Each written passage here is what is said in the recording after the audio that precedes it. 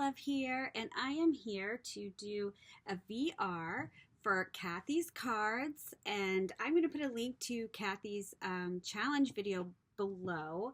I just recently found Kathy's channel, and she is adorable, and I just already love her to pieces. So I just had to participate in this challenge before we ran off to Oregon, and I'm so happy that I had the opportunity to do it.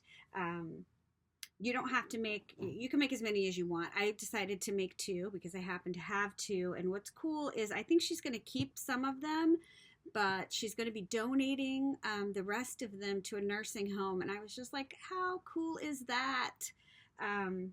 So I hope somebody like Shabby Chic. I was thinking, maybe I should make more of a masculine one, but I literally can't do it.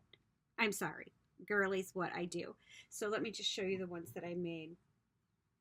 And here is the tip, is I don't always remember to leave the holes clear. So this is a little big. I imagined he would be here, and then the hole. So now she's off to the side. But I did that with Sparkle Mod Podge and lace and dangles.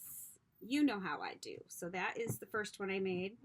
And then I decided to do a little Parisian theme one, which is so cute. And of course, if you'd like to see how I created these, there is a process video right after this. But I want to encourage you all to please go show Kathy some love and give her a sub and play along. These are so easy. They didn't take me long to make at all. And, what a cool thing for her to be donating them to the nursing home. I just think it's awesome. So thanks for stopping by, everybody. I'll see you next time.